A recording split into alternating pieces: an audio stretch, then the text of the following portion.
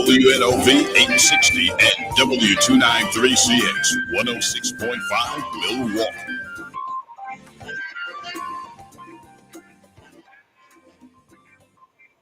Good morning. Good morning. Welcome to Community Voice. I'm your host, Keith. Thank everybody for joining us this morning. Welcome back, Keith. Yeah, what's happening? It's Wednesday. We're joined in the studio by Miss Bria Grant. Good morning, Bria. Good morning. And of course, young Carvey, soon to be Prince Carvey on May 8th. May 8th. Happened to May 8th.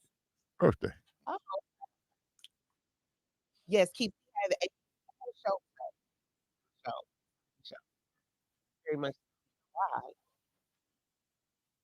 Because it's week Tuesday is an important day. Okay. What's next week Tuesday? Day. It should almost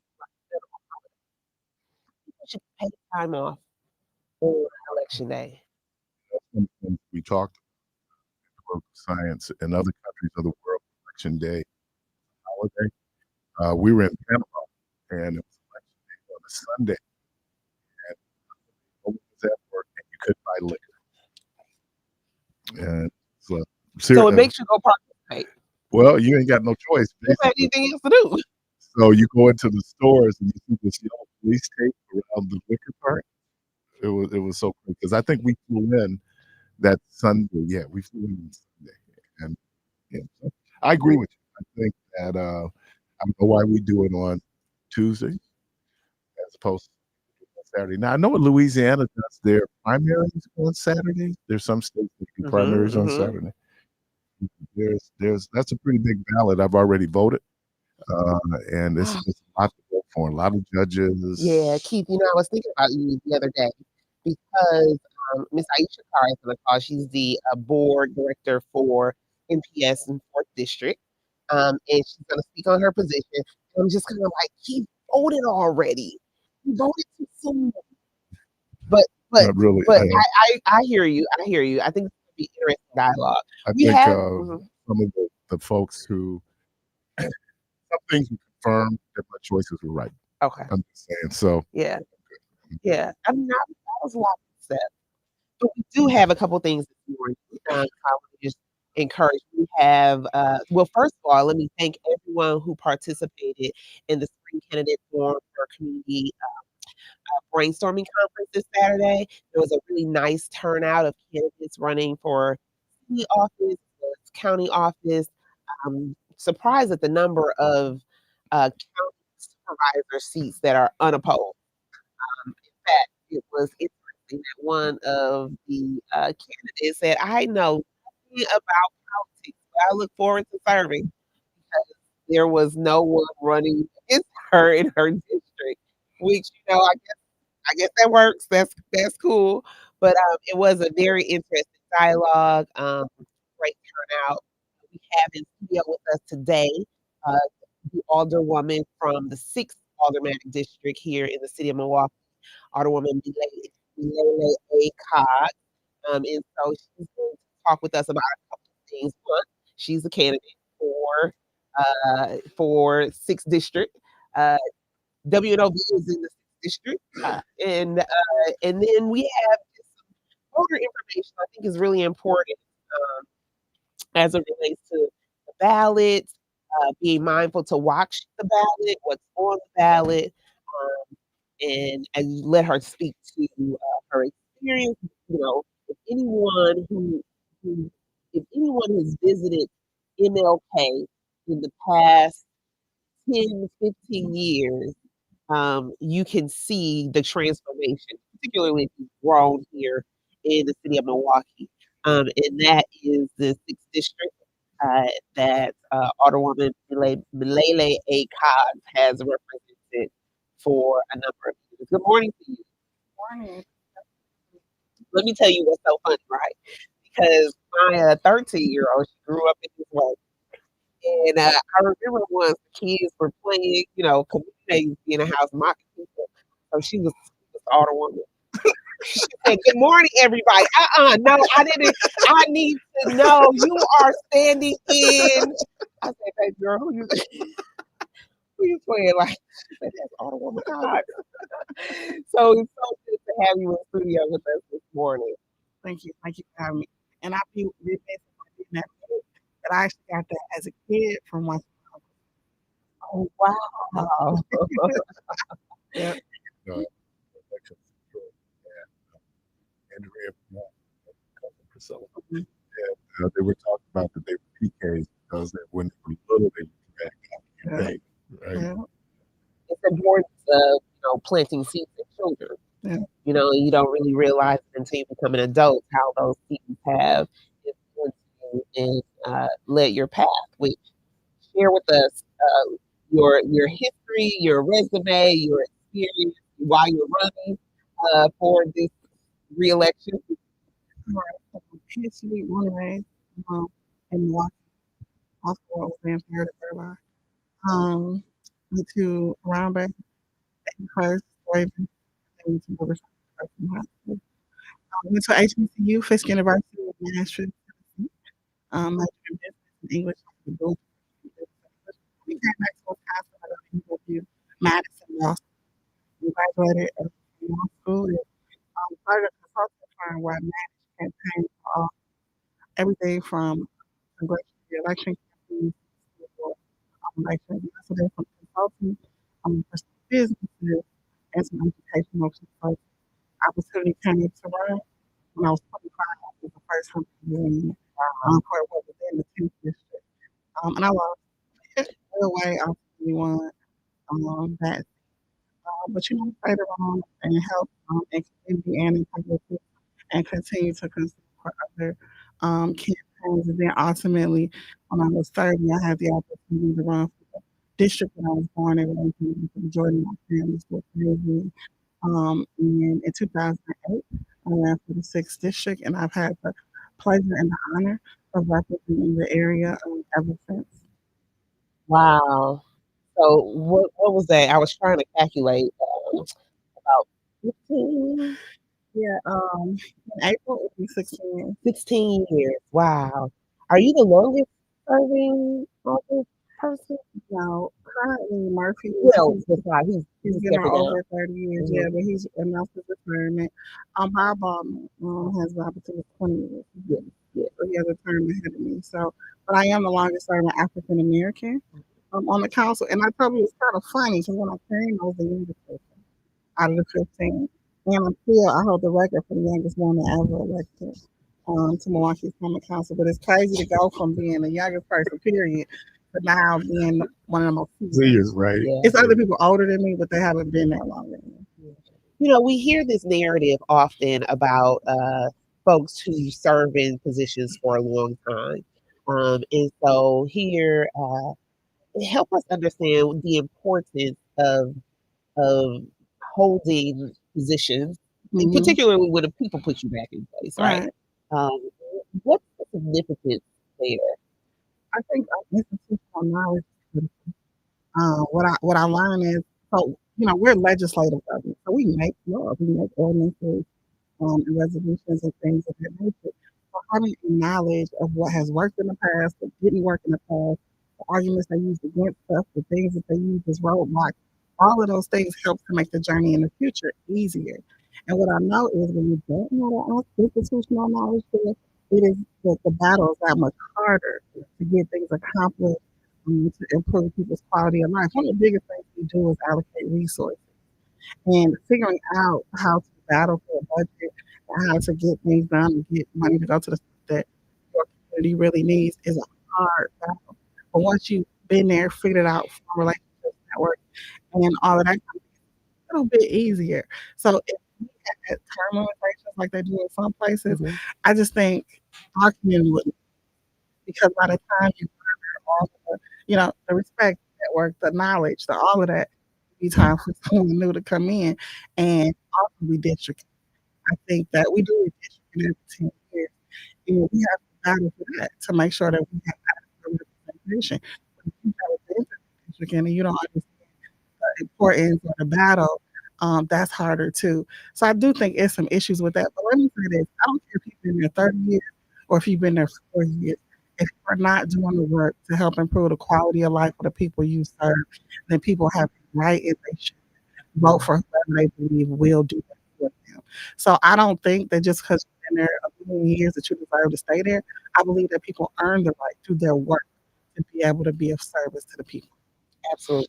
So, tell us how you have earned the right to be of service to the people in the 6th district for 16 years. Yeah. Um, I have spent the last 16 years of my life, life and not just the city, but residents of the city of Milwaukee through um, encouraging, increasing, and helping to push along development related by people from the community. In the 6th district, we have over um, $700 million of development. Since I've been there, and I think that is the majority of it has been led by African American developers. A huge percentage of it is owned by African Americans. I just think that's critically important. And while I push and support development and rehabilitation of buildings and all of that kind of thing, residential and commercial, I also recognize that you have to balance that with trying to make sure that gentrification doesn't cause displacement. So just as much effort as I put into that, I and other colleagues of mine who also have similar impacts in their district have fought as well for us to legislatively do as much as we can to prevent displacement as well. That is a conversation that many people have, and there is a catch 22 when that happened at Brewers Hill.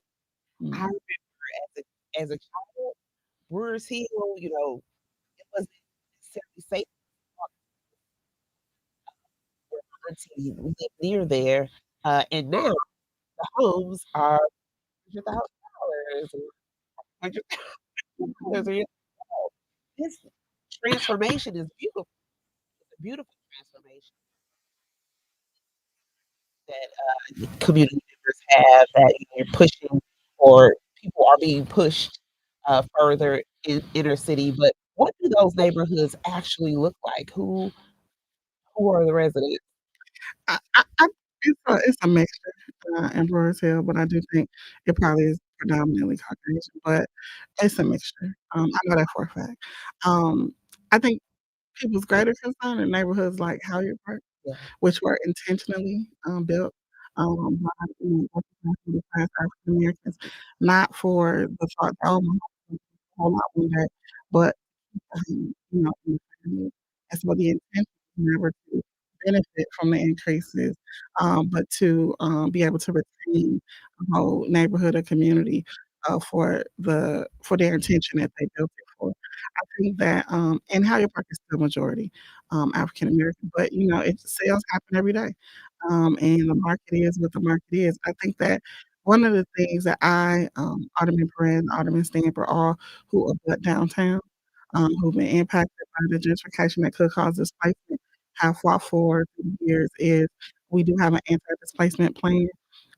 And as a part of that, it's several different pieces of legislation and programs that have been started. One of those that has been slightly helpful for some of the owners in the area that abut downtown, including those in Hyde Park and Brewers Hill, to be able to keep their homes is an anti-displacement fund where they can access additional money that can help them pay down whatever that increase Oh, is in their taxes. We study stuff all over the country because when you get new stadiums, when you get new things, oftentimes that displacement happens because people's taxes increase. So because we knew that was coming, we had the subject matter experts at the city study it and give us recommendations for what could be done to try to eliminate it or at least lessen the impact of it. And we've implemented many of those things, not just for ownership, but also for apartments. Many of the new apartments you see built are required to have 20% affordable apartments and required to offer them first to people who already live in the area. hmm. What I love about the sixth district is whether it's Hyde Park, Harambe, Amani, or any of these areas. These are neighborhoods that really have core groups of people that've been there 30, 40 years that help to define those neighborhoods. And what I never want to do with any of the development we do is to push people out. I merely believe that the people who live there deserve better than what we've had, than these green boards and these boarded up dilapidated buildings. So trying to figure out that balance is something that I work on consistently. But that's not the hallmark of my work, though. Okay, speak to it. I think the hallmark of my work is really just being representative of the people, listening to what the people want, and fighting for that in the ways that we can. So much of the work is less about development and more just about people centered work. A lot of people know me from stuff like the business summit or the housing fair, things like that. Well, people called and people wanted information on how to help their businesses. Yeah. They called and want information on how to save their house from foreclosure or how to get a new roof or what programs they could use to help do different things. So as a result, we created all these tools and all these public events for years now to help people. So I like to think the business summit we've done for 13 years, I'm sure it's hundreds and hundreds of businesses that have started, have grown, and have prospered because the information and connections they got from those business summits. And I'm proud to be able to say that I helped to do that. With the housing fair, I know for a fact it's hundreds of people who've been able to purchase, save, or get grants or assistance to help improve their homes Yeah. because of the connection that they made there. And the housing fair I do a combination with Alderman Stamper as well. So it's those kind of or Girls Day Yeah. at City Hall, where thousands of young ladies over the last 14 years have been exposed to women leaders in public service, and now are beginning to choose their own careers in public service. So I like to think that those things are kind of like the hallmarks. So many things that you've done. I really would love to be able to digest maybe at another time the displacement plan. Hmm. But I want to ask and talk a little bit about the sales tax, the Hmm. 2% sales tax. So we know that this is not a pie out of a sky thing that one night, we just put this out there. It's years, that we recognize we need to do something, a strategy to make it happen. How do you envision the 2% sales tax working for the people in Everybody knows that sales tax inevitably have a increasingly negative impact on communities of color and people already in poverty. And so for community, there may be some of that. On the city side, fiscally, financially, we're suffering at that fiscal cliff, and really we're about to have to make some very hard decisions between the services people are going to get and what we can actually afford to pay for. Um, so, decisions have been made and people voted for the 2%. I did not. Alderman Chambers and the woman probably did not either. But 12 members made that hard decision to do it. I do think in that decision, that money will give us relief, primarily from the pension contributions that we have to make for police, because that's where the bulk of that fiscal debt, was about to come from. So the 2% is primarily it can primarily only be used for fire and police. So that will help to relieve that pension issue. But in life, like everything, costs continue to increase. So although the 2% will give us relief for a period of time, you will hear us out. Mark my words, from 26 on, 2026 on, we will be back talking about how financially we need to tighten our belts or look at services, or we're almost at a cliff again, because the also in that Act 12 legislation, the requirements for a certain level of hiring for fire and police. So now you got to pay for salaries and additional pensions. All of these things. It's just the cost of everything is continuing to increase. So I do believe there's no denying that the 2% helps us financially be able to meet the financial obligations that we had that were immediate. But long term, we have to begin to look at a whole bunch of different solutions and ultimately continue to fight at the state for our fair share of shared revenue. Because also as a part of Act 12, we did get the stagnant shared revenue is no longer stagnant. We get, I believe, it's 10%. But out of all the cities in the state, that's the lowest percentage. And considering that we're the largest and we contribute the most, it's just that in my mind, our what we receive back from the state should be more commensurate to what we give. So we need to continue to fight for that. Based on how we finance our city budget, state revenue sharing, but the bulk of it is property tax, right? It's property taxes and fees. So how do you balance that? Because there is, you were talking about where you have development in your community creates property tax, right? Yeah. So you have that dynamic, but then at the same time you can deal with displacement. So how do we increase property values? Now give them sentence as a property owner. Because it's based on this property tax. That's the interesting thing about how they have us finance city budgets, where it's based on property tax significantly. I personally think, and maybe this is just some wishful thinking, that we have to continue to look for new sources of revenue. I know, like for example, Lena Taylor is a big proponent of lumber, right? Yeah. During COVID, as I talked to developers, the skyrocketed cost of lumber, like sheets of plywood went from like $8 a sheet to $63 a sheet. It made me think, what do we do with all these trees that the city had? So I started asking these questions and doing files and everything. And we cut about 40,000 trees. Now, to be fair, some of them are diseased or not usable or whatever, but 40,000 trees. And I'm like, what do? We ship them. We pay for them to be shipped to Catamaran. And Catamaran salvages what they can. But that's it. So we expend money to get rid of the 40,000. I don't care if only 10% of them is good. In my head, I'm thinking, during COVID, I'm thinking, why aren't we, making money off of this wood or whatever? And thinking back to those conversations with Lena Taylor about the wood. So I began to do files, making them look at that, and making them examine it. And I'm not saying that's going to get us trillions of dollars or anything, but right now it's costing us, I think, close to $30,000 to ship it to Catamaran. If we eliminate that $30,000 and get any profit off of it, it's still more than what we had. And that's just a small example. But I think it's a variety of things that we can do.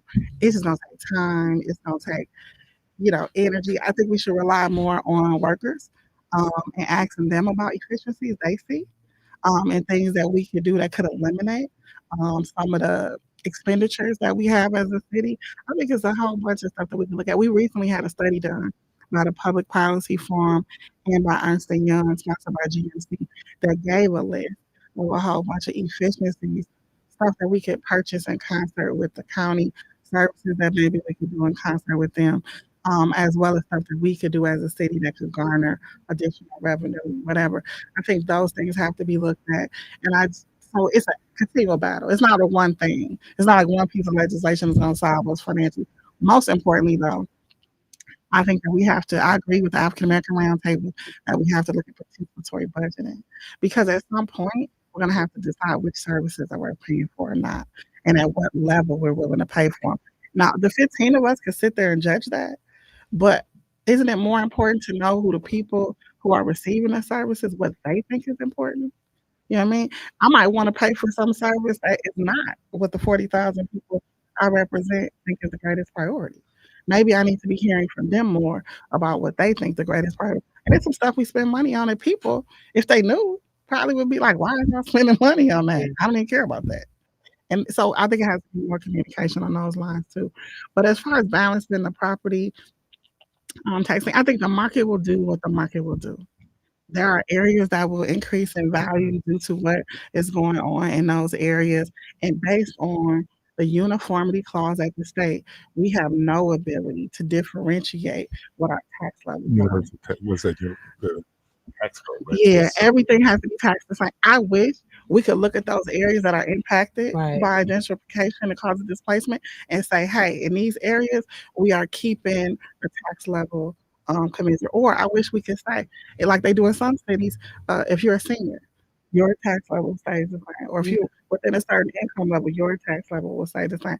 But unfortunately, due to the uniformity clause, we're not allowed to do stuff like that. Even the fund I told you about, the city doesn't do it because technically we can't put city dollars into it. The MKE United does it, and it's private dollars that are put into it to help citizens. Wow. So, yeah. That's nice to know. That's I don't know if people understood those dynamics. So are we taking a break or are we taking callers? Taking a break. You're listening to Community Voice. We're joined in studio by Alderwoman Alele Cogs of the 6th Aldermanic District. We're going to take a break and we'll be right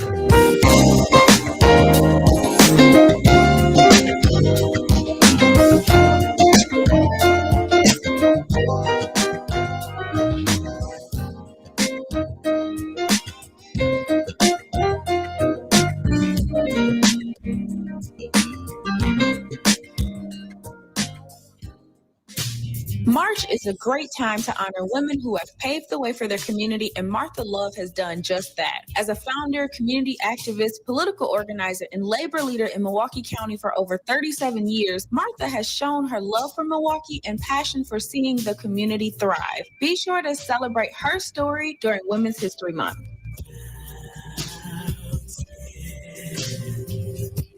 This moment in women's history was brought to you by U.S. Bank. U.S. Bank has more than 50 locations in the greater Milwaukee area. Visit usbank.com to find a location near you. U.S. Bank, a member of FDIC. Are you a victim of the timeshare trap and think there's no way out? I'm Chuck McDowell, founder of Wesley Financial Group, the original timeshare cancellation expert. And I'm here to tell you that there is a way out. All you need to do is give my office a call. I will send you a timeshare exit information kit absolutely free, explaining how the timeshare industry works and your options for cancellation. Call now for your free info kit, 800-909-9696. 800-909-9696. The smarter way to clean your floors. It's time to make the swap. Swiffer Power Mop.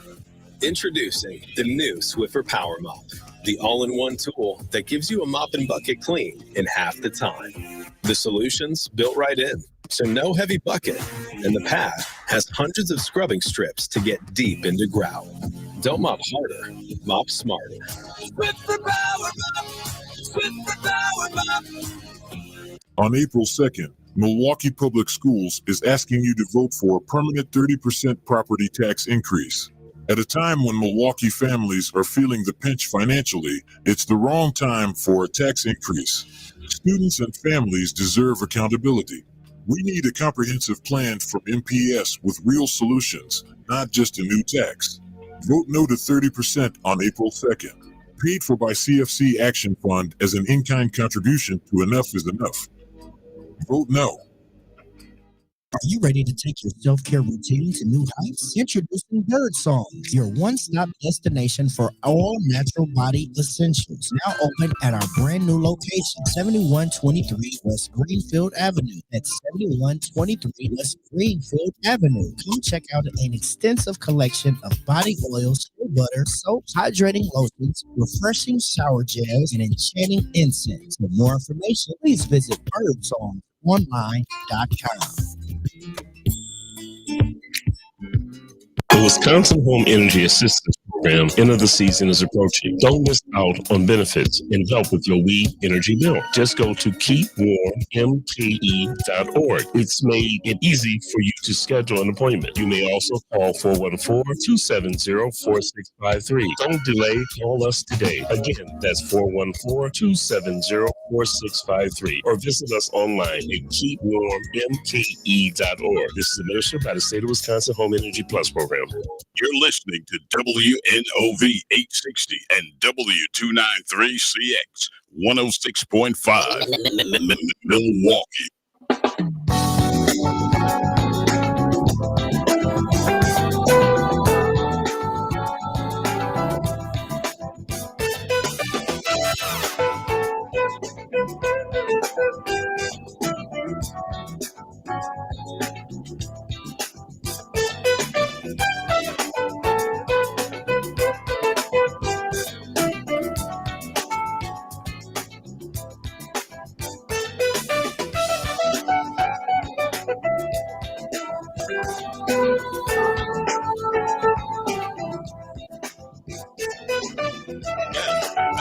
Community Voice with Keith Parris and Rhea Grant on 860 AM and 106.5 FM Milwaukee. All right, welcome back to Community Voice, and we have a caller. Caller, welcome to the program. Hey, good morning, you guys. Good morning.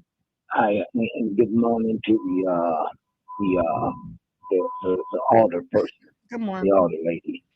I have a question for you, Mr. Alder lady. Yes. Earlier you were talking about the boarded up buildings. That's really not a staple for you, but you are concerned about it. Now listen, when you go on the city's website and if you're concerned about your constituents and people in your district, because you've got some spots in your district that is not listed. I know the city has possession of them, but they're not listed. And I'm wondering, they hold these places for some of the big developers that have developed in your. Sorry about that. That's so horrible.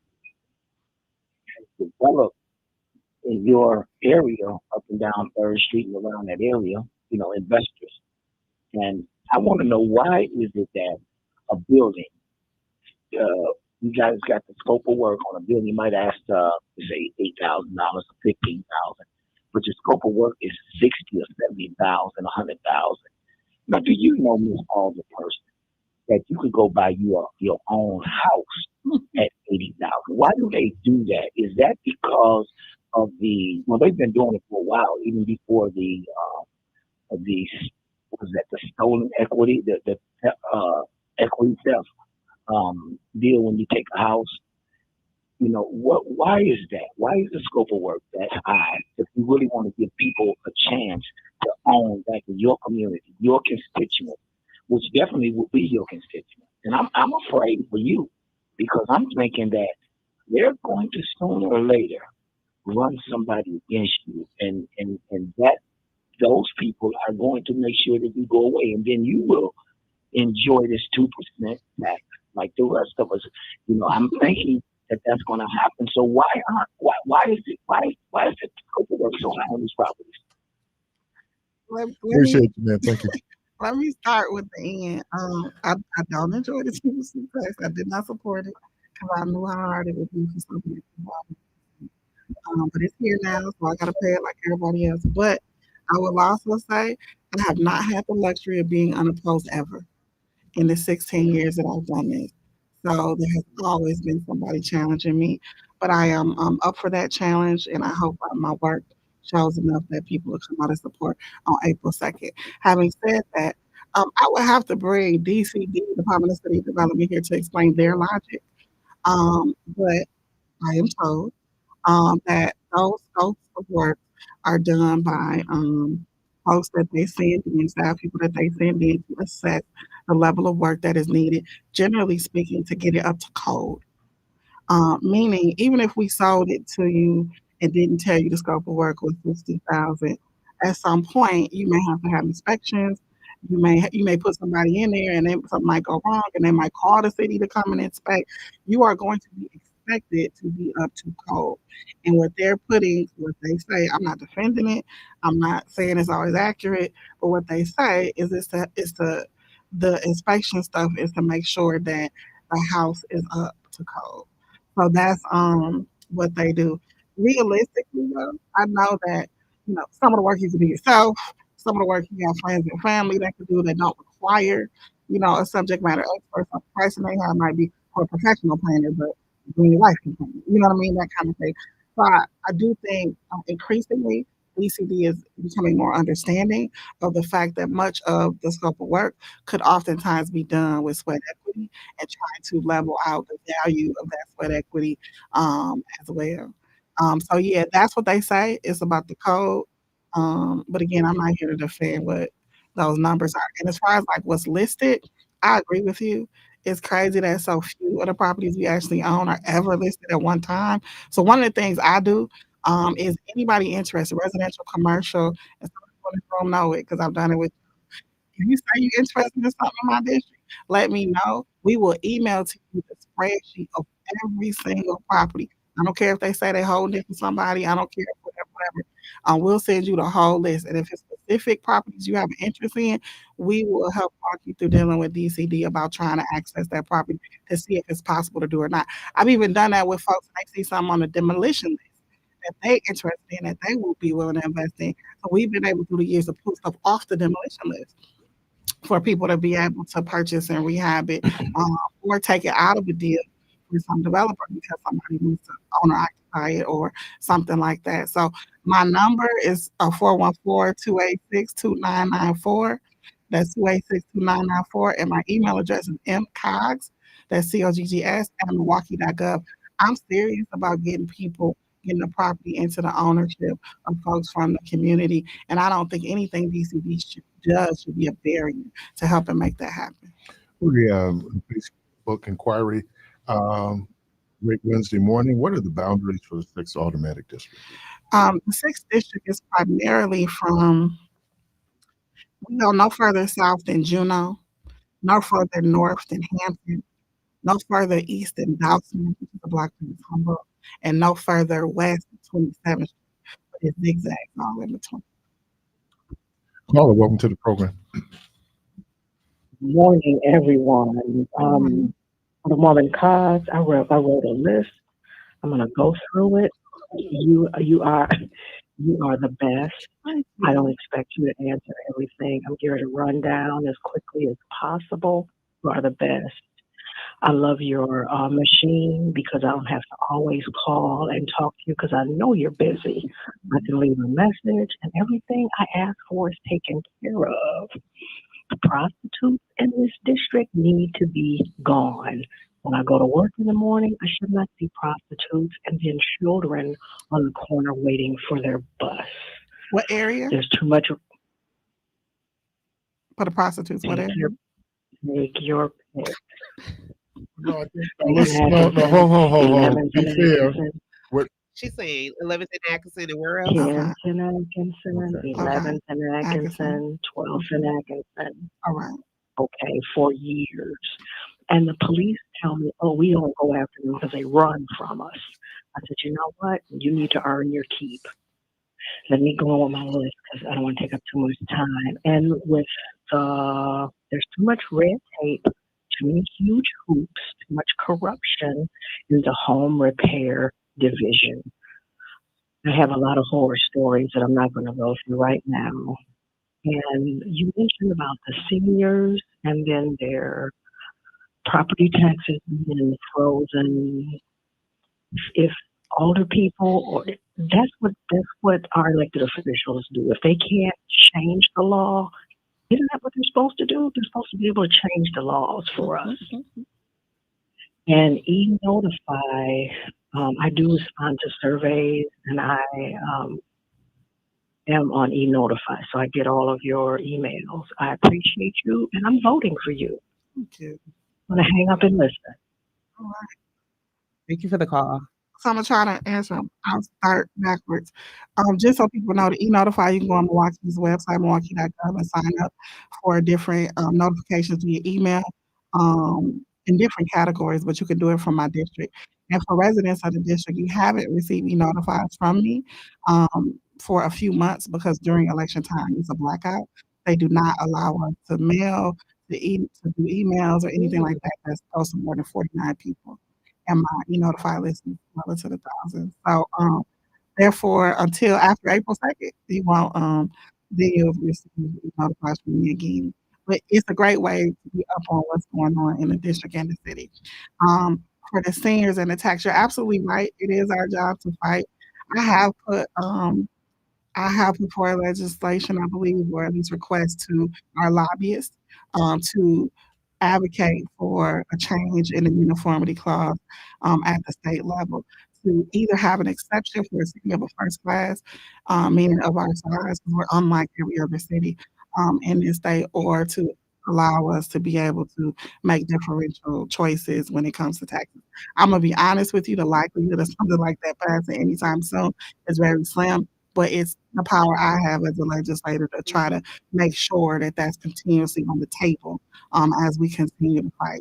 What I would say is what you can do is reach out to your state representatives to let them know that you want the uniformity clause to change so that seniors can get some kind of relief on the taxes. You have an ability to do that. On the red tape through the home repair division, if somebody in my district has issues going through one of those programs, please feel free to call my office. And any help we can be, we will. I'm gonna be honest with you, some of the red tape is based upon wherever the money source is. If the funding for a certain grant program came from federal government, it's all kind of additional requirements that may be on there that may seem pointless, but are requirements for the money to be utilized. But it may be how staff treats you, or it may be how they communicate with you, something like that.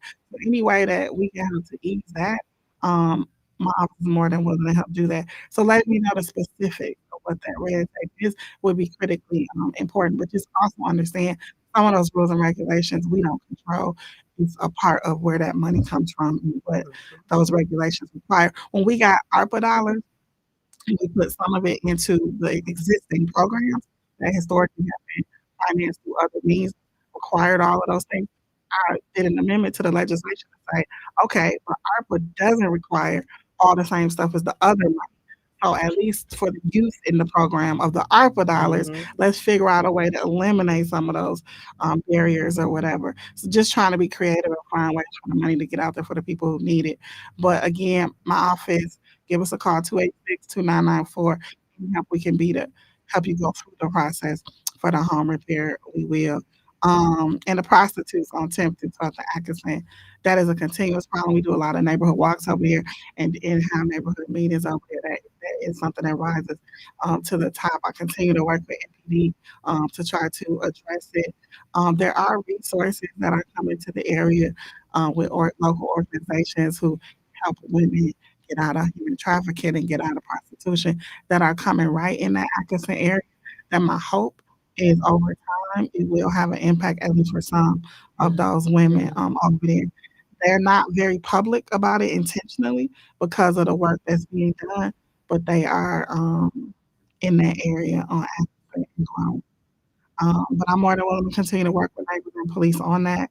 I do know that that is an issue for us over here and in other areas as well. So I hope that addressed all the stuff you said. And caller, welcome to the program. Hello. Good morning. Good morning. This is the Reverend Dr. Andrew Ward, and I do know Malele. She is the person of the city, and she's the hardest working person down there. Someone called your station some time ago and said she wasn't in there. I spoke up for her. She's the hardest working person down there, period. She's a personal friend of my daughter, Dr. Kamika Ward. And she should.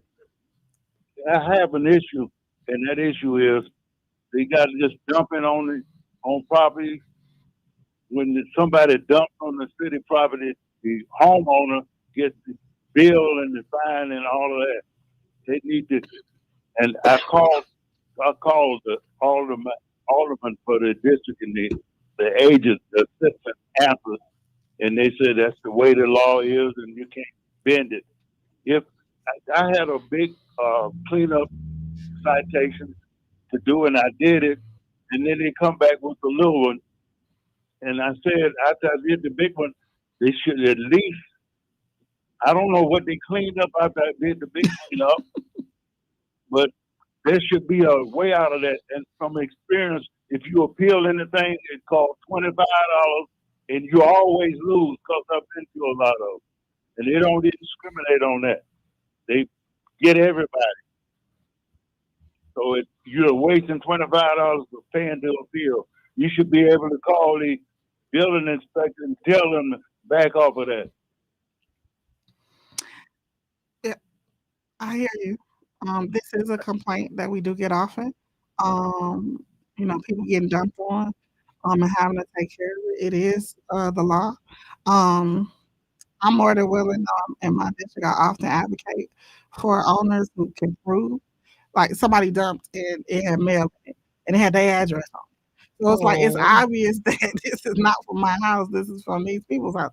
So to advocate in that way, or to also advocate for more time to be able to clean it up, because that's also some of the issue. Not only cleaning up somebody else's mess, but they want you to do it in so many days, and it's 24 hours. right, and that might not be realistic. So we often advocate for an extended period of time for people to be able to deal with it. Also through the years, myself, Alderman Sanford, because we have a lot of dumping, have fought for cameras to be placed in areas that have extensive dumping. And a variety of things like that to help people, and fought to do the program where people get paid if they could give evidence that somebody else knows. That kind of thing. Really just trying to get at the dumping issue. But if it's in my district, I'm willing to advocate with you. Actually, I'm trying to, because you're not the only person who's brought this up to me, trying to explore, because I'm also realistic, but everybody's going to say it's not there. So it costs us if we end up having to clean it up. So who pays for it then, But it's also times where you can clearly show that the person didn't do it. I'm 90 years old. I didn't put a couch and all that stuff right there. Right. So like, how do you deal with those circumstances? And is there any leeway that could be created within the law if you can demonstrate that it wasn't you? So it's a new commissioner one suggestion I DNS. have. Go ahead. One suggestion I have. I did a major cleanup, and then they come with the small cleanup, $186 for, and they said I didn't clean it up. They said I must have left something. If I left something and they gave me that small fine, it hadn't be much. I get what you're saying, that it should have been some deference given to the fact that it was some cleaning that had happened. I hear you. I hear that. And you, best to you. Thank you. Thank you so much. There was a suggestion made at Community Brainstorm that there is incentives for people to dispose of material appropriately. So maybe there is a per tire, reimbursement for. Is that something that the city is able to explore? Is that a realistic, strategy? I don't know if it will get the majority of council support, but I do know that even during COVID, we made it free to take stuff to the disposal Most site. is pretty much free. It's the electronics, hazardous too. Misstated. It's mostly free or minimal charge, but the problem is, if my memory serves me, even when we did that during COVID, there was no increase in utilization. People still don't. And these people who are dumping are people who are literally cleaning out whole houses, right? They don't want to pay what they have to pay to go and take it to the dump, and then you find an area. Now they charge people to clean out those houses. Yeah. Well, yeah, that's my. Yeah, and so not my problem. I'm just gonna drop it over and here. I don't know Because we did increase. you only gave me $20. I know, but we did increase the fine, right? Yeah, we did. We did. We increased the fine. We did a reward thing if citizens could give us information leading to who dumped it. We even authorized Department of Neighborhood Services to be able to write tickets because police weren't writing tickets really. So we've had a few tickets written, and we've had a few people win the fine for reporting, but it's not to the degree of the level of dumping that is occurring. So what Alderman Staff and I did a couple years ago was set aside some budgetary money for them to look at like heavy dumping places. Like we keep getting calls for dumping up here. Is there environmental stuff we could do? Could we put up a camera? Do we need more lights? Is it a city lot? Do we need to put a barricade because they're just driving up here, dumping or whatever? To see what we could do. Do we need to educate the neighbors around it about the rewards? So maybe they'll look out. And so they did that with a couple of key high dumping areas. And they say it helped to lessen dumping slightly, but it's still not enough. Yeah. I know we have a number of calls still. I want to make sure we can get you to share, any voting information you feel like the community needs to know. If you have any upcoming events that people can be present for, share your office information, campaign information. However, we want to give you an opportunity to get that out before we get You have never run out of polls? No. Wow, literally was it like 11 seats of my 15 colleagues that I run on? Yeah, out of polls. So yeah, it's so as far as said, it made me think now threw me off of the stuff you said. I'm sorry, your campaign. That's why I was saying that in relations to your reelection, right? Right. The campaign website is Milele, Milele, middle initial A, COGS, COGS.com. If people need rides to the polls on election day, they can call 414-218-2639. Once again, it's 414-218-2639. Also, if you need to contact me with any campaign related information, you can use that same number. There is early voting taking place right now through the 30th at key locations. You can go on the city's website or call the Election Commission at 286-VOTE to get where those early voting sites are. Additionally, people should have been receiving over the last week and a half their absentee ballots if you ordered one.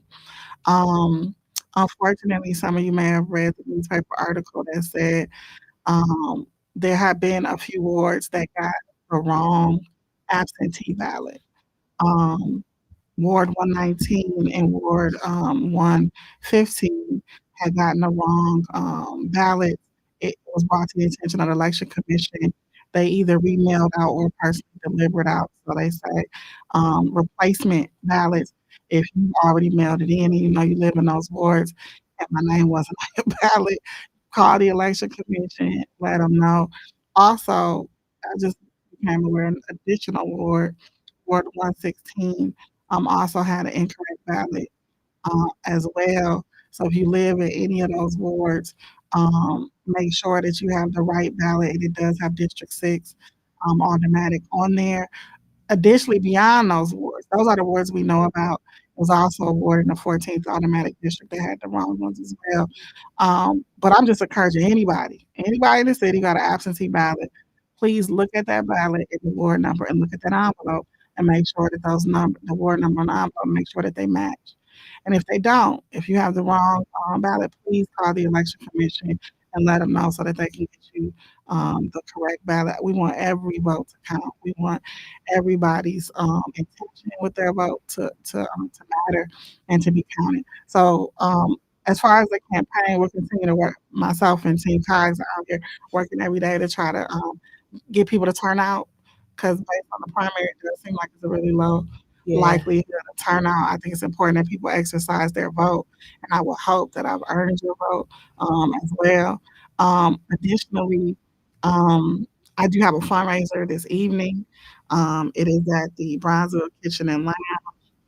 That's the old Bayou on the Bayou. Such a beautiful facility. They did a great job. They really have, and it's open to the public. I know some people have little private fundraisers. I rarely do that. I'm a community kid. I was raised in the community. The and has always poured into me and supported me. So as I continue on this journey, I try to make sure to include the community as a part of it always. So that's tonight, 5:30 at Brunswick House, 2053 North Dr. Martin Luther King Drive. All donations are appreciated. As well as if you're not able to make it, you can go on ActBlue, like Cons. So that's just a few campaign issues. If you want to volunteer, if you want to help, give us a call at that 218 number that I gave you before. And again, I just hope everybody gets out by April 2nd and exercise their right to vote. And please vote Malala Cox, 6th District. Thank you. Thank you. You're inside Community Voice. Thank you, Alderwoman Cox. Appreciate you. We're going to take a quick break, and we'll be right back.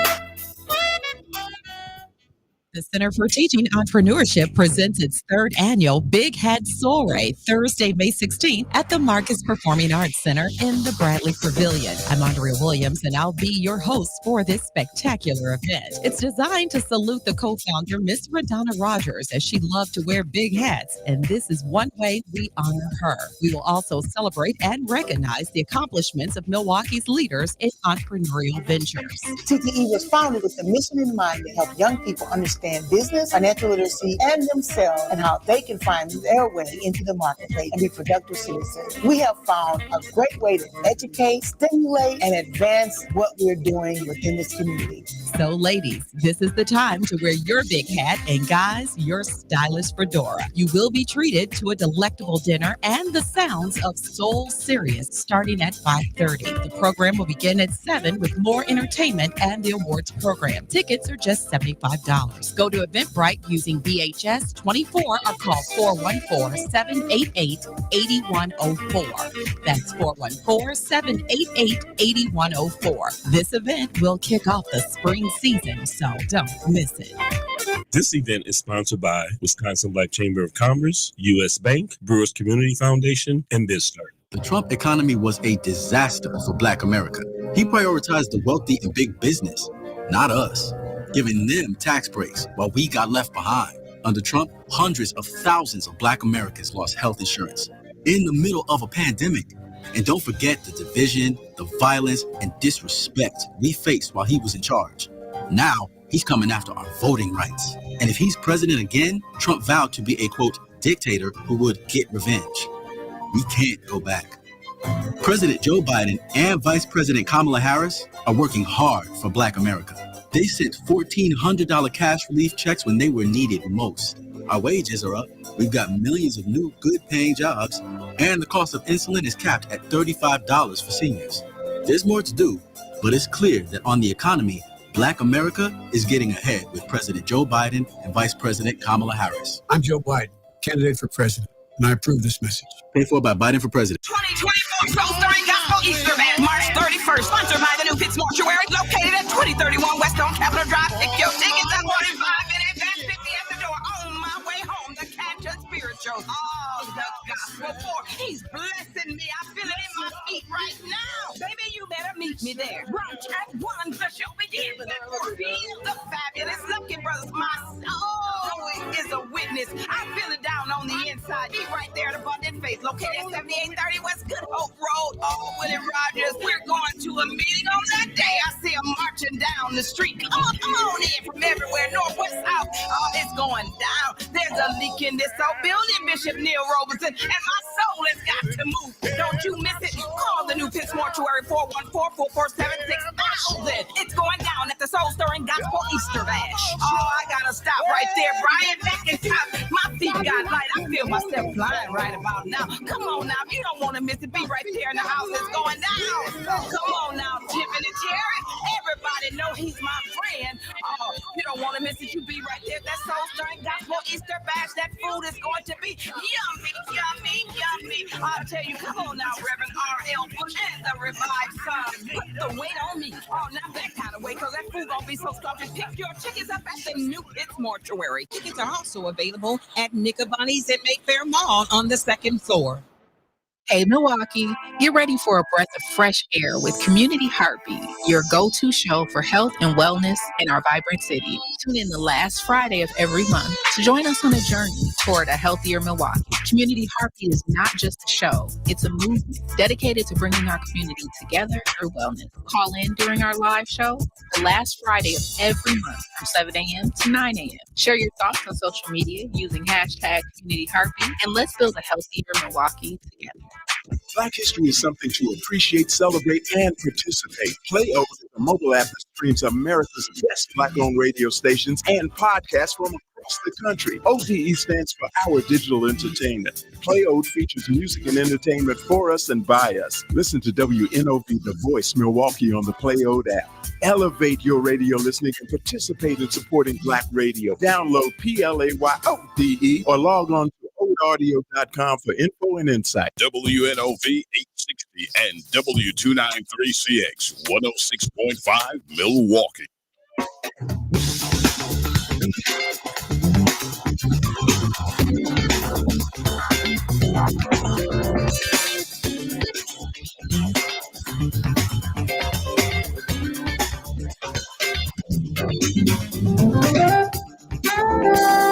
Now, back to Community Voice with Keith Parris and Bria Grant on 860 AM and 106.5 FM, Milwaukee. All right, welcome back to Community Voice. Thank you so much, Keith. I'm so excited about this next portion or segment in the show where we have our very own Governor Tony Evers joining us this morning. Good morning, Governor Evers. Are you there? Yes, I'm here, Bria and Keith. How are you today? We are well. Happy Wednesday to you, and thank you so much for giving us some of your time. I know it's a very busy season for you, but as you know, our election is next Tuesday, and we wanted to make sure that we can have you on to share with our listening audience, one, what's at stake this April 2nd for the election. You've done a lot of work to make sure you protect democracy. Why is it important that Milwaukeeans show up to the polls April 2nd? Yeah, that's a great question. Every year, especially in the April time slot, people think, well, there's nothing that important, but just like every election, there's a lot at stake in the spring election in Wisconsin. Especially in the Milwaukee area, mayor, county executive, city council, county board, city attorney, and obviously others. And at the statewide level, folks have a chance to weigh in on the presidential primary election, which is always really important.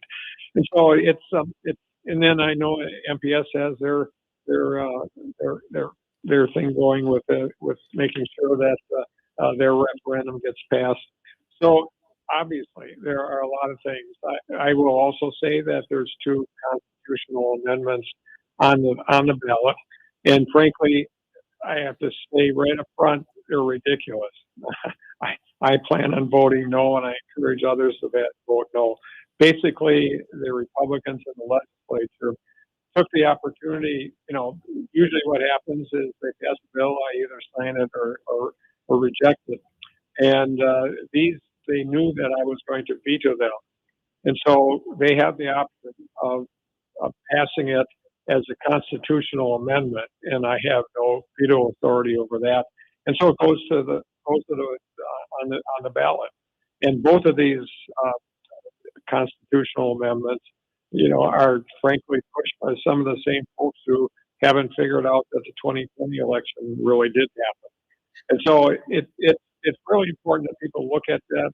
Both of them are going to make it more difficult for people to vote, and it just kind of muck up the works when it comes to these elections. And so there's obviously a lot on the ballot, and if we want democracy to work, we need to have people get out and vote. You recently signed 2 bills to support the election process. Share with the listening audience what those bills were, how they will protect our ability to vote here in Milwaukee. Well, the two I'm talking about right now are ones that ended up as constitutional amendments. And I do not support them. And so those I'm very, very concerned about because it's going to make it more difficult to vote. Here in Milwaukee, oftentimes we feel like that's all we need to do. We go to the polls, we vote, and then that's it.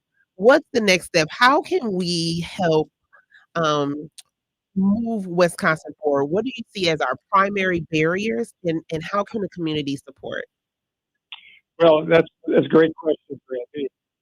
The most important thing that we have going forward is the fair maps that were passed, or that we passed in the legislature. It really is going to make a difference statewide. It's going to make it possible for, frankly, more competitive races so that we get good people in the legislature. And so I think that is probably the most important thing going forward.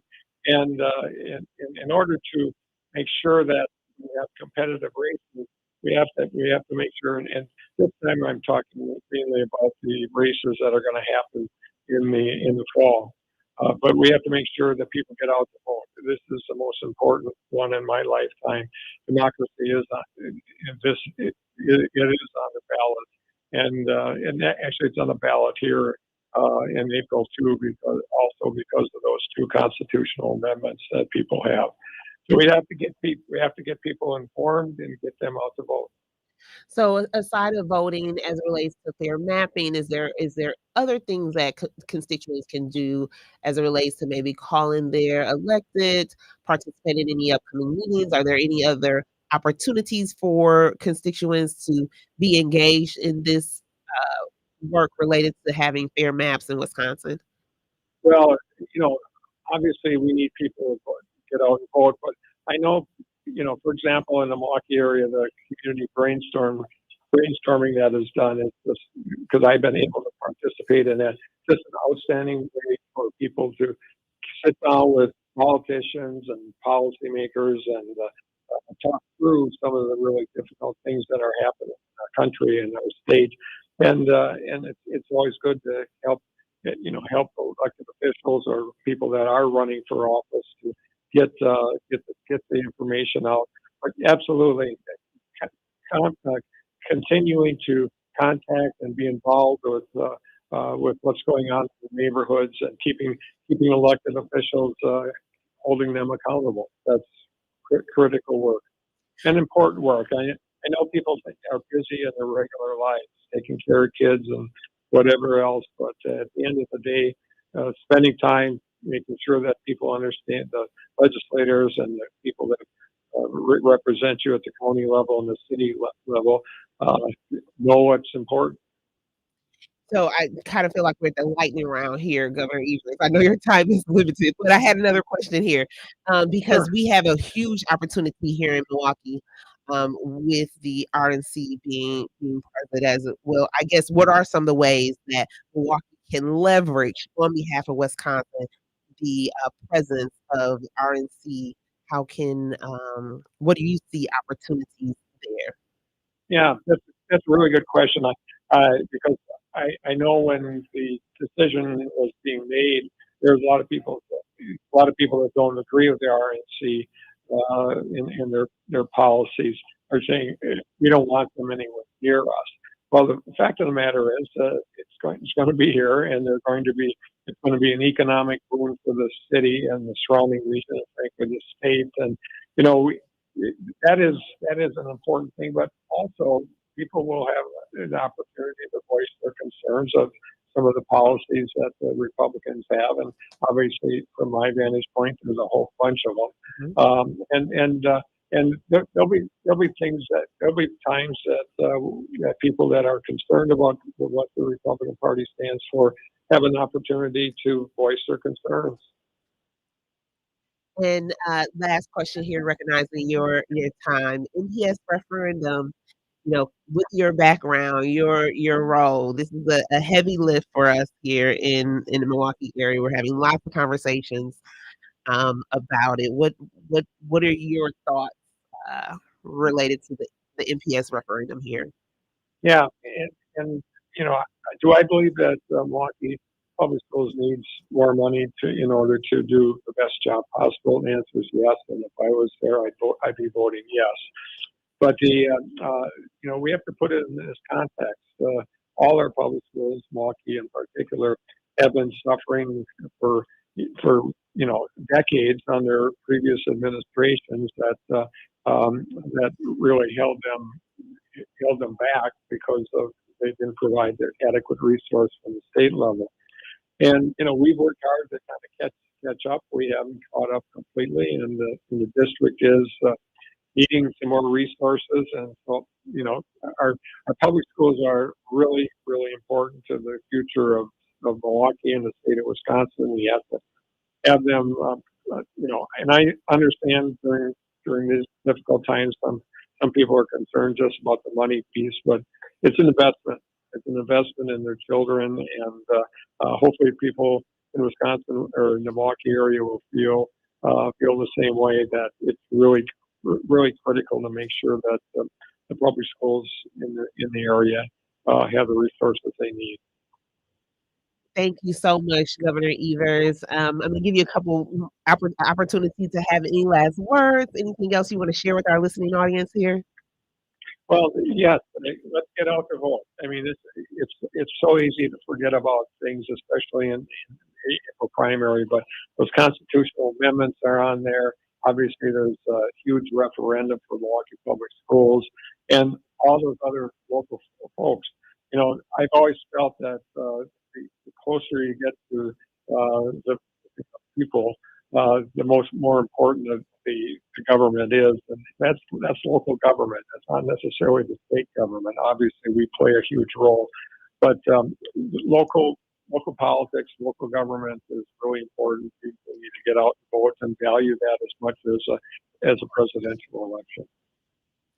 Well, thank you again so very much on behalf of WNOV, and thank you for your work in supporting Community Brainstorming Conference. We very much appreciate that.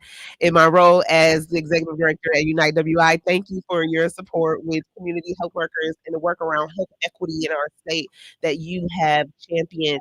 We're so grateful to have your leadership here, and we look forward to having you back on WNOV in the near future.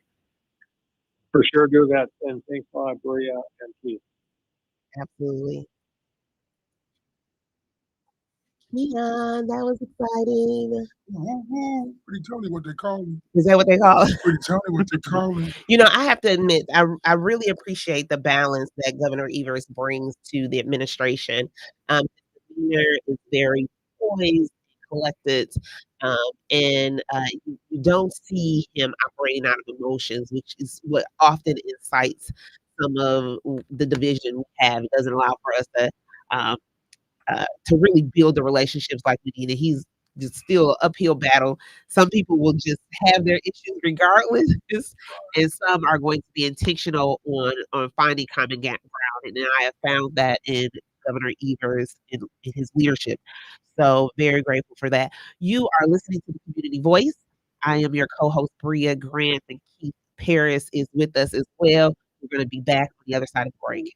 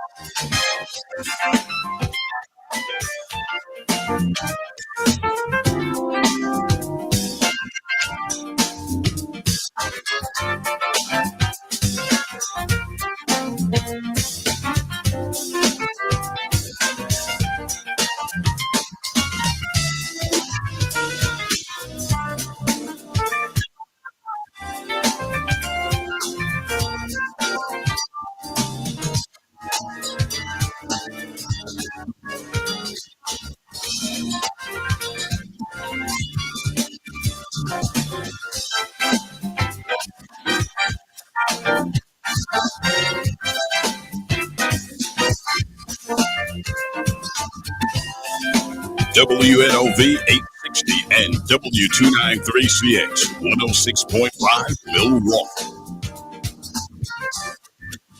Now, back to Community Voice with Keith Parris and Rhea Grant on 860 AM and 106.5 FM Milwaukee. Welcome back to Community Voice. Oh, can I open the phone line? No, we're good. But again, they open like 414-444-5250, 414-444-5250. Sounds like you did the right thing with your vote. UPS referendum. You know, I Good try. what you Good try. Or you thought I was just going to tell you how I voted? Good try. well, you added. I kind of looked into my own way to vote based on what you were telling me. I don't know. Well, that's great. That what I told you.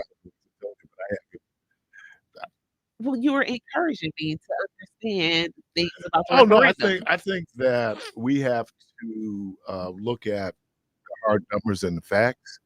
I did go through Monday the Wisconsin Policy Forum and their evaluation of what it was. They're down the middle. Uh, so I think you can go either way on it. Yeah. If the referendum fails, MPS is not going. They're not on this fiscal cliff like the state was. So there could be dramatic cuts, but there should be cuts anyway, just based on the drop in population. I mean, they've seen a significant drop in their population, and so there's things they need to do: building closures, consolidating of schools. These are hard choices, but I think Rob can ask that question. That, for example, if you all had to make a feasibility study on what it would mean to close buildings, and Posey, we all have ongoing, but that in his mind should have been done before you came up with your price tag, because it might reduce the price tags. Yeah. I don't know how much it would reduce the price tag. There's certain things that they did that there has not been, and I get real frustrated with this because there was one particular ad where they said in effect that MPS wasted $1 billion. First of all, you need how does that happen? Now, people might argue, well, they had $1 billion and the kids are still not being educated. There's so many systemic things that's impacting the kids' education. That's true. To kind of make it sound like they have to deal with the hand that they're doing. And that puts us in. So I have a different understanding. Certainly going through, and I really think I love a lot of people using the Yeah. bus. He's a great So I guy. really appreciate that there is some group out there because MTEA has its own agenda. Uh, the Metropolitan Chamber of Commerce has their own agenda. And there's a lot of hyperbole out there. I understand that there are meetings that's being held at different schools. Yeah. If you have questions about the referendum from MPS, I can pull that up where people would have the opportunity to go out and at least get an understanding of what it is, and then make a decision. And I mentioned earlier on the show that Aisha Carr, fourth board member for MPS, is going to be calling in shortly this morning because this is a heavy thing. So I shared a couple weeks ago. There's not a lot of things that are on the ballot that are sexy, quote unquote, that are going to draw people to the polls. But this MPS referendum should be one that is so attractive to us that we want to be involved. And by default, now we're voting for the other seats, particularly judicial seats. We have to be mindful that we do have some judges that are on the ballot this election cycle. But I think it is important, um, and I would say I want to say I have no dog in the fight 'cause my children aren't in public school. But Sure. that's what I was Property gonna tax say. But as a property tax owner, right? Hey, you're a homeowner. I did it too. I'm sorry, as a yes. I did it too. Like your property tax owner. As a property owner, as a Property property taxpayer. owner, I recognize and I'm glad that Governor Evers made this statement. He said this is an investment, right? And so do we understand what investment looks like? Um, w how it works? And why it's important. And when I think about investment, and this is why I reached out to Aisha because, like I have a relationship with her. She can help me understand this balance that I'm having this pick one because I don't want to pay more in taxes. I'm conservative in my spending. And if I am paying an additional $500, was it 500 for every $200,000 on something of that nature, 250 for every 100? It doesn't sound like a lot, right? I guess I could cut back on my Starbucks, maybe not drive so much, cut back on some of my gas, my fuel costs. Maybe I don't, you know, maybe I cut back somewhere a little bit, but I believe that's important and this is why I'm like, I need to have some balance in this. If I want to truly invest in what our workforce is gonna be and what our community is going to be 20 years from now. We have to remember, COVID has already put us at before COVID, we were at a disadvantage. We had a huge educational gap. We still do. It's growing, it's widening. COVID did not help it.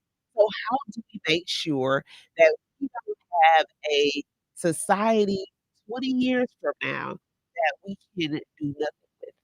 So I guess the question then becomes is the failure should I say failure rate? The fact that many of the kids are not up to where they should be in terms of grade level, math and reading particularly, how much of that is them not being resourced in order to be able to get up to that level? And then how much of that is other issues like constantly moving, people are dealing with home, living insecurities where they have no stable housing, other things, and then does that impact? So for some people, they might ask the question. I'm not a pedagogist, so you'd have to have someone who's been trained in pedagogy to uh, make this argument. I guess is so if we have more resources that we're able to deal or try to mitigate some of the systemic things that these kids are bringing in school, i.e. hunger, i.e. It could be violence and home trauma, all these things. And at the same time, we're expecting these kids not only to learn, but to perform at the level. Yeah. And I don't know how much of that. So if we increase more money, because when I was looking at, Is it increasing more money or is it us yeah, catching up? it's catching up, but what it would also do is put MPS, if I'm looking at, and this is based on public policy, it would put MPS at, I think the state average per student is $13,000.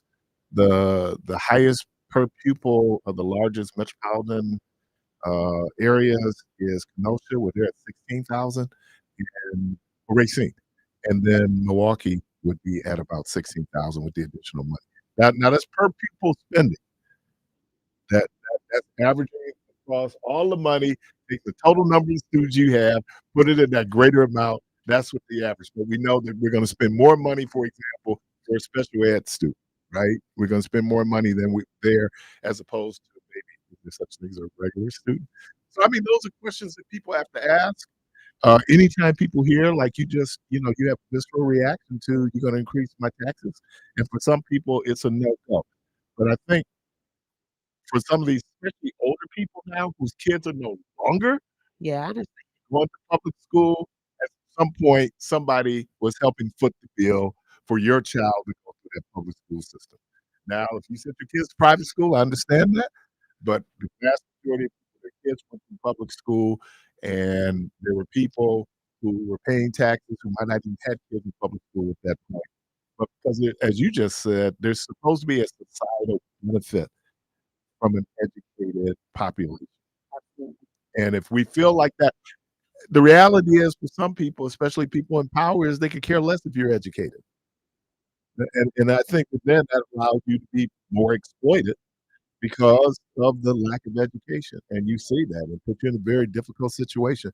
You're already starting from behind. I'm just talking about the minimum. I'm not talking about a Yeah. college degree. Yeah. I'm talking about a high school diploma where you've kind of got, hey, you did 12 years, 12 years, 13 years of school, and this is where you should be. But many of our students are not. Kids who graduate from NPS have to take remedial Yeah. classes going to UWM. That's the issue. You know, We need to so have investment so that that's not a but why are problem. they getting what? How So are they that's the graduating? question. That's the question. And so this is kind of how I govern for myself, right? So one of the things I say when I recognize, like, oh, Bria, this is not where it should be.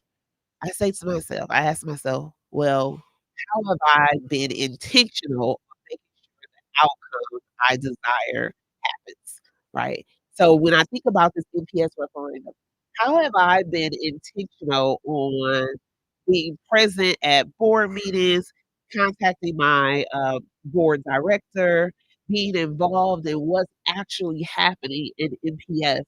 So that, I mean, quite honestly, it is my investment. I'm a property owner. I'm paying taxes. This is my money contributing, and I have a little bit of say. I should be more responsible with my investment. If you had Bitcoin and stuff started happening with Bitcoin, the value began to drop. If you weren't receiving the return that you anticipate, you will begin to investigate on what's happening. And I hate to say this, maybe I would have been. You would adjust accordingly. You would adjust accordingly, right? This is how we have to look at our investment. Am I being present? Am I speaking up? And if I feel like, oh well, maybe we have too many administrators somewhere, am I being intentional and making sure that there is accountability? But I guess my question is that still at some point, the issue is what's happening in the classroom. I mean, beyond, I can go to school board meetings. I'm dealing with policy issues, right? That impacts the classroom. But not directly as much as directly as the level of instruction and how those That- kids are receiving the instruction. That impacts the That becomes the classroom. bottom line. Well, how does that? Because how am I using my dollars is where policy is going to be influenced. But I'm just saying for basic education. I'm not getting into all the ancillary great things, field trips. I'm talking about basic things: reading, writing, and arithmetic. The basics. Okay. Many in MPS are struggling just to get to the basics. That's policy, but it's also something else So in terms of either it is the students, is it the teachers, is it a combination of students and teachers? And the fact that you see this in large urban areas leads me to believe that it is systemic racism that's baked into the school system that makes it very difficult for these school systems to succeed. Just one black man's you want to get your caller? caller. Welcome to the program. Guess I told I him. like where you make your point. I guess I told him. Good morning. Morning, how you guys doing? Good morning. I can't hear you. Morning. You probably need to turn your radio Turn your down. radio down and then take us off speaker. Yeah, I didn't have my radio on. How you guys doing? Good morning. We're good. We're hearing something in the background. Okay. Yeah, I don't have anything in the background myself. That's okay. Go ahead. Okay, so what I'm looking at, I'm voting no, but what I was looking at here, okay, and some of the questions with Tony Egan, I spoke with him personally myself, face to face, back in February. Some of the money too is not coming back when the child comes back from the charter school. Charter schools do not have special education. So when the money comes back, it should come back prorated. Or they should mandatory keep that child for the end of that semester or that year, or however that money came in, because that's money you got to put back into that child once it left. That's a shortage there too. So we should not allow them to send that child back into that semester or that year, is how whatever comes first to how they do that with the money. So that's extra money you're putting back into that school, or you got to bring another teacher back in because 20 came back. I believe that those charter schools look at those kids' files, know they may come back, but they need the money because the only way they survive is only off the money from the charter to begin with. Otherwise, we have a problem with the financing, okay? The other thing I'm looking at, what about a lottery? What about an extra lottery ticket for that? You get billions of dollars coming out in the lottery, but you can come up with another ticket, put more money on tobacco and alcohol and snacks, okay, to raise the revenue for some of that. I'm not interested. Well, Do you smoke? Do you smoke? Do I smoke? Yes. It wouldn't matter if I smoked or not. Okay, no, it does, because you're putting the tax on people for something that you don't do. You didn't say, I didn't say that. My point is, what you said, we put it on things. Let's put it on something that you might do. All right. If you're saying that we should do the taxes, is there something that you might do that we should tax? I already know how you're voting, yes, but I'm saying You don't know how I'm voting. Don't make assumptions. But let's answer the question I just mentioned. If you don't mind, please. Let's focus on not even on the tobacco. Yeah, I used to smoke. I drink What I'm alcohol saying too. is that when we're doing taxes and fees on folks. What about answer the question? What about the money coming back from the charter schools when the child comes Yeah, back? so I will agree that we need to create a formula to address that. That's law. Right. So this is policy. We need to be able to address those things. Right. Yes. Yes, no one has but said right. That, Uh-huh. No one has said that, Bria. See, we want to focus on that. I don't know that people haven't said that.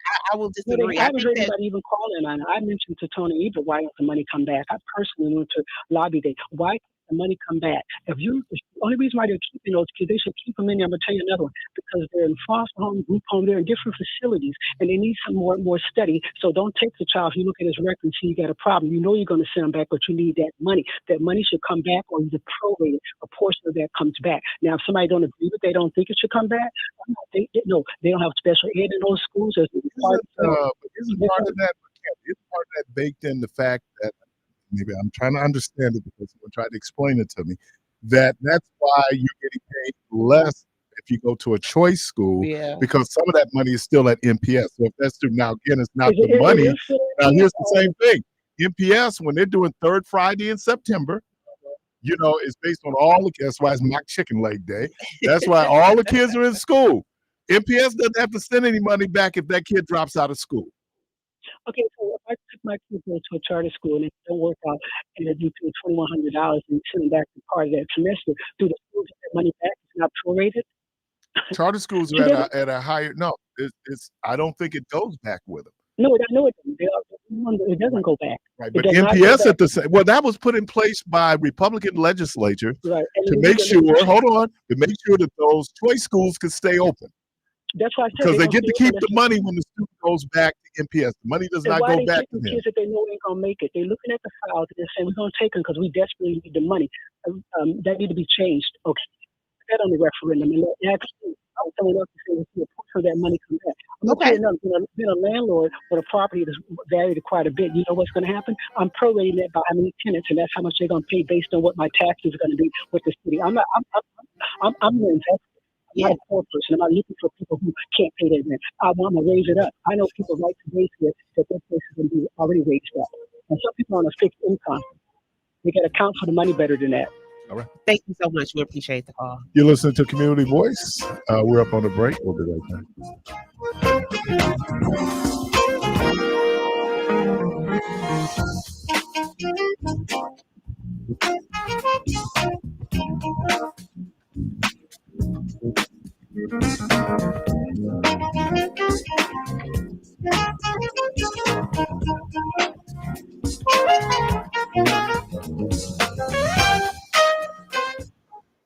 Get ready, Wisconsin. The Black Child Development Institute is expanding its village statewide.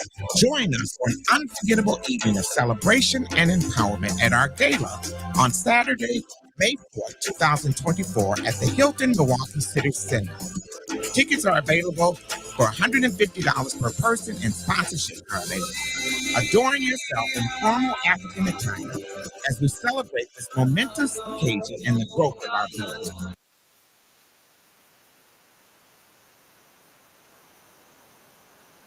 or visit bcdi-wisconsin.org. That is 414-236-5641 or bcdi-wisconsin.org. Don't miss out on this unforgettable event. Together, let's build a brighter future for Wisconsin's children. Impressions will exceed your expectations. Great impressions, perceptions, everything. Are you ready to make a lasting impression? Look no further than Great Impressions Graphics and Printing. With over 25 years of excellence in the industry, we specialize in delivering top-notch printing solutions tailored to your corporate needs. Business cards, brochures, banners, annual reports, apparel, and promotional items. Our state-of-the-art technology ensures unmatched quality and precision. Call 414-536-7646 or visit greatimpress.com today to learn more. Trust Great Impressions to exceed your expectations and elevate your brand to new heights. Impressions, perceptions, everything. Looking for the perfect spot to unwind and hang out with your friends? Well, come visit Brownstone Social Lounge, located at 524 North Water Street, Milwaukee's premier downtown social lounge. For good vibes, great music, and delicious food, be sure to try our amazing wings and drink specials during our all-day happy hour on Tuesdays and Wednesdays. And that's not all. You can also enjoy happy hour from Thursday to Sunday from 4 p.m. until 7 p.m. For more information, please call 414-204-0103. Brownstone Social Lounge. Parris Creations, when quality and service matters. For any occasion, sometimes you just want to send a floral arrangement for a get well, anniversary, birthday, or I messed up, or just because. Parris Creations at 1727 West Hampton Avenue is the place you need to call. So call them today at 414-265-1727 or visit them online at carterscreations.com. Carter's Creations has been in business for over 30 years. Therefore, you know they know what they're doing. They also specialize in funerals as well. So when you need that special floral arrangement, think of Carter's Creations, when quality and service matter. Hey, Milwaukee, this is Mandela Barnes. You probably know me as the former Lieutenant Governor, but I'm also a proud product of Milwaukee Public Schools and a proud son of a Milwaukee Public School teacher. And that's why I'm supporting Yes for MPS. We have strong public schools, we have strong communities, we have a strong workforce, and everyone can succeed. For years, we've seen Republicans in the legislature continue to fail Milwaukee students by withholding resources that force devastating cuts to our schools.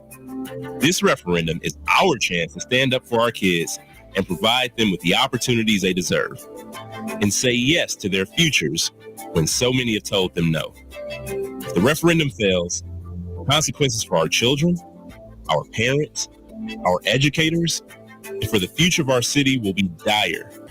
So let's do our part, Milwaukee. Join me in voting yes for MPS on April 2nd. Paid for by the Vote Yes for MPS Committee. You're listening to WNOV 860 and W293CX 106.5 Milwaukee.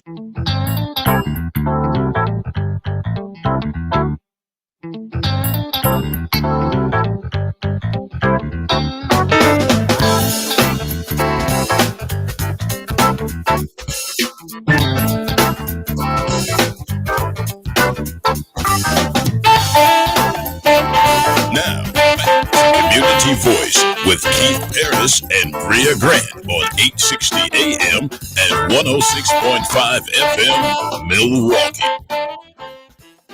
And welcome back to Community Voice. Caller, welcome to the program. Good morning. Good Good morning. morning. This is Aisha. Good morning, Aisha. Thank you so much for tuning in to this conversation. I know you have an event coming up, so we like to be very fair. This is I keep speaking to the heaviness of this MPS referendum. It is truly, truly heavy. So you had a surprising position regarding the referendum. And so I wanted to be able to give an opportunity for the listening audience to hear the information that you had to share and invite them to the meeting. No, thank you, Bria, also for reaching out with your questions and concerns. I just want to let the audience know at any moment, if you ever have any questions or or suggestions or opportunities to collaborate, I always available to listen, learn, and to apply. I Oh, yes. Aisha, wait a minute. Your phone is breaking up pretty. Oh, oh, Yeah, it's. I don't know if you have a bad signal or if you can. can you now? Go ahead. Can you hear me now? Yes, yes. It's just kind of in and out. It's just kind of sporadic here. Oh, that's AT&T for you. That's all right. Keep going. It sounds like it's clear now. Okay. Yeah, no, I just wanted to say thank you for reaching out with your questions and concerns. And I encourage everyone else, if you have any questions or concerns or ideas or opportunities to collaborate, to always reach out. I think people tend to forget once they elect individuals in, those individuals are responsible and accountable to their constituents. And so I appreciate you for reaching out. I have taken a stance to not support the referendum in its current state and at this current time. And some of the reasons for doing so is because, while serving on the board and I'm almost into my fourth year, I have learned about the other side of the disparities. When I say other side, I mean the disparities internally. One of the documents, and I sent it to you, and it's actually something that I'm going to be doing a deep dive into tonight, is really understanding, like, from the time that we received the first referendum in 2020, 2021, and then the ESSER funds following that, just understanding where the dollars went and why these disparities exist. And so tonight I'm going to be diving into like teacher vacancy rates and each district specific budget and how those dollars are allocated and how people, if they are receiving the return on their investment, people meaning taxpayers as well as babies and the educators. And that data that I'm going to share is going to show very disheartening disparity of how our children schools are resourced and why our children are performing at the level that they are. One of the things that I can say is the highest revenue generating district of all of the 8 districts in Milwaukee Public Schools. Yet, when you look at the data that was presented at board meetings and presented in the public to the public, the data shows that District 4 has the second to lowest budget of all 8 districts with the highest vacancy rate. And so what that suggests is that resources that are coming in that are ultimately generated on the backs of families and residents in District 4 are not supporting the needs of children in schools in District 4. And as a result of Director that, Carr, that Director is Carr. the reason for the low academic. Yes. Now, when you say vacancy, are you talking teacher vacancy rate? Are you talking building vacancy rate? Are you talking about Yes, vacancy I'm rates? speaking teacher. The Teacher so, vacancy rate. so the teacher's vacancy rate there, you said District 4? Yes, yes. And Bria, I actually sent you the data. If you could share it with Keith, I think it's going to be really important, even as he continues to engage in the space and share factual information with the listening audience. If you look at that, you'll see that the teacher vacancy rate is the highest in District 4. And the reason for that is because when we hire educators who are skilled, who are experienced and knowledgeable in driving quality reading and mathematics instruction, those teachers are typically sent to schools that didn't have the greatest need. And that report that I sent you basically corroborates that claim. And so I, as a district representative, have to take all of that into consideration when I make the decision to support more money coming into the district. And my reason for taking the no stance or opposing the referendum is because the bottom line is children, families, teachers in District 4 do not benefit or have not benefited from this. And so it was not a permanent opposition against the referendum, but it's more my stance, my protest, my charge to the community to, one, be more informed, to follow where the dollars are going, and then continue the practice of holding us leaders in the district accountable. And sadly, that has not happened. And who suffers the most? District for students, district for teachers, and district for That's a families. real quick question. This is kind of a little bit of inside baseball. After Act 10, basically, you don't have contracts and bargaining groups anymore. Is seniority still recognized in NPS? Because seniority was a contract issue, and so my issue is now is that the teachers still have seniority, which allows them then to pick and choose where they want to go based on years of service. Yes, I cannot speak to how it was pre-Act 10 or and even a little after Act 10. What I can speak on is my time being an educator in the district from 2013 and maybe not even that far back. I'll speak to my board time, the time that I've spent on the board. From 2021 until now, I know that one of the inequitable practices that many board members have brought up, I probably have been allowed is the fact that when we get quality individuals, we allow them to choose where they want to go instead of putting them where there's the highest need. And Based on so seniority, years of service. that can be based on seniority and that can be new hires, individuals that are new entering the district. So, Director Carr, okay, so this is, and with all due respect to your position in representing the constituents in the fourth district for MPS, when we're looking at the district as a whole, and we consider this as an investment, how does not investing or not supporting the referendum, what are the proposed, and I've seen some of the information about what's anticipated if the referendum doesn't pass. I've also witnessed some of the things that are happening across the state with other districts who didn't pass the referendum where they have began to close those schools already. They've identified that they need to relocate students, and they've lost teachers. So there is a real implication for not voting for this. How do we justify enduring that? Thank you for that question. And I do want to say this too. Part of my fight here is not to encourage people to vote yes or no. My mission here is to educate you with the hardcore, ugly facts. So that's first and foremost. Second thing I will say, whether it was I'll say it like this. We've made investments. We continue to make investments however we see fit. And so we had a referendum 4 years ago. We've received federal funding during a pandemic, a time where so many mandates were lifted and we had an opportunity to just figure it out and try new things until we figured out what worked for us.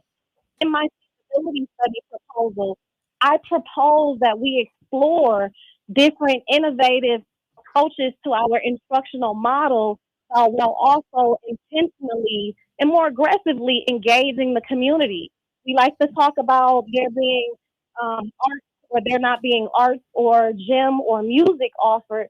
But we have so much talent and so many nonprofits and businesses in the community that we can contract with, save dollars, support our economic development in our city, and also put before our children the talent that exists around them. We're not thinking about this the right way. So when we're talking about an investment, the investments have been made and there's been no return on the investment. Now it's time that we think about investing differently. And it's not to suggest that we're not going to need a referendum, but you can't, I don't think in good faith, it is fair for a district and a board to present to a community, we need this amount of $252 million. We don't have a clear, concise plan showing where the previous money went, what's happening now, what led us to this point, and what this money is going to do. But then more importantly, how are we going to sustain the district moving forward? And I think that's why I am calling out the lack of transparency. Because truth be told, we will be up for another referendum in 3 years. What I like to tell people is if we have been fighting this fight with state legislators and understanding the funding inequities at the state level, and this has been going on for 30 years, why do we continue to fight it with the same focus? We have to change our fight. And if we know that it's in the state capitol, every board member should be spending more time there than here. But we're not. So before we ask for more, there has to be more transparency, accountability, but we also have to essentially engage our community better than we already have. Okay, we're up against a break. So I thank you for just being able to brief us here where the meetings for people who may be interested in attending. Yes, so tonight is town hall at Washington High School. It's going to be at 5:30, and I'll honestly be there until the last person asks their question and it's answered. I also have made arrangements for another town hall to be held at Central Office, 52nd of the Lead on Thursday, from 5:30 to 7:30. And then I have a virtual option, just making myself available for those who believe that there's a spreading information or anything like that. I just want to be able to present the facts to people. We have 2 town halls in person tonight at Washington High School, 5:30. Thursday, Central Office, 5:30. Then I have a virtual link on a flyer that's been spread around, and that is available as well. Thank you so much. We appreciate it, Director Parr. You're listening to Community Voice. you. We're Have on a the great last day. we're up on the last break of the program. We'll be right back.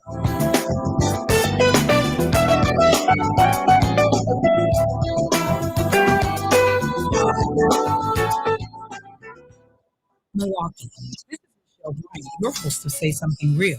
When President Joe Biden wanted to talk to Milwaukee voters, he called WNOV. And welcome President Biden to Milwaukee and to WNOV. How you doing today, sir? I'm doing well. I had a great event downtown, and I'm at the headquarters now, and we're feeling really good. It's a great day. We have a lot of volunteers, 1,000 volunteers going out here in Wisconsin, out of Milwaukee in particular. So we are ready to roll in Wisconsin.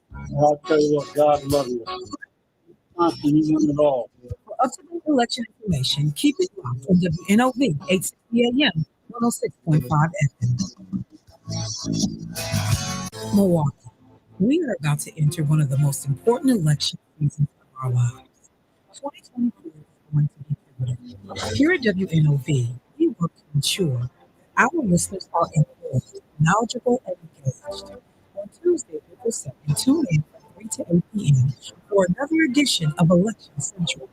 Hear from candidates, discuss ballot referendums, and get real-time election updates and report comments throughout the course of the day.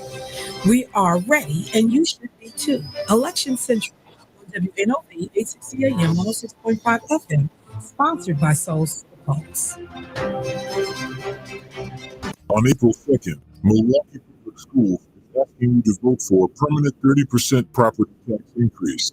At a time when Milwaukee families are feeling the pinch financially, it's the wrong time for a tax increase.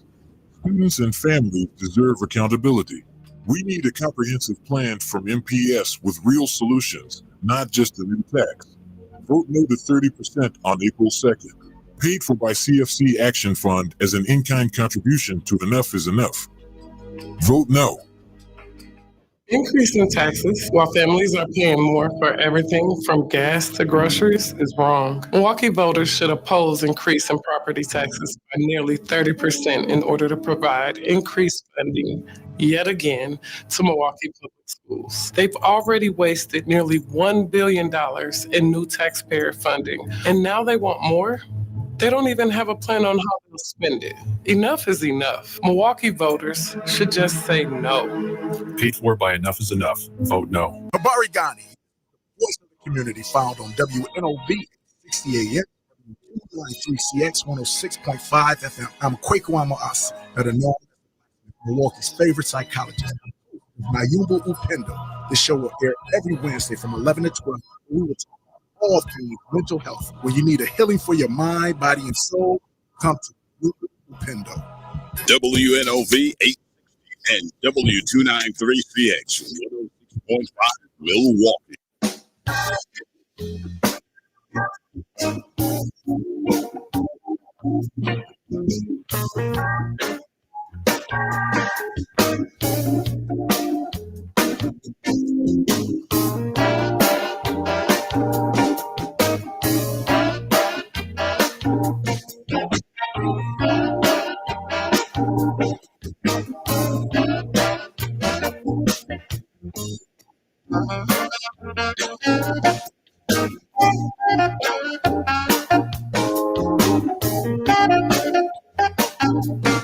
Now, back to Community Voice with Keith Parris and Maria Grant on 860 AM and 106.5 FM, Milwaukee. As we wrap up another Wednesday. Yeah, gotta be real. I'm not gonna see you before the election. Oh, yeah. you could Well, see me, I but- won't but be, here. able to encourage our listening audience, which we have to be intentional. We need to go and vote. I don't want to encourage people because I said it before. Like we should go. I said that a couple weeks ago on the referendum because I do invest in our workforce, our future workforce. But this is a big girl panties is what can I say? Big girl, big yes, the real decision. That's the process. So let me thank Alderwoman Malele Cox, the Honorable Tony Evers. I was going to say Tony Earl. The Honorable Tony Evers. Let me thank Director Aisha Khan. And Bria, thank you. Wednesday. Keon, thank you. Young Carby, thank you. Dino, thank you. Thank you, everybody. Hey, you here. Good Lord, will creep the rise up to talk to everybody tomorrow. As always, go from the street.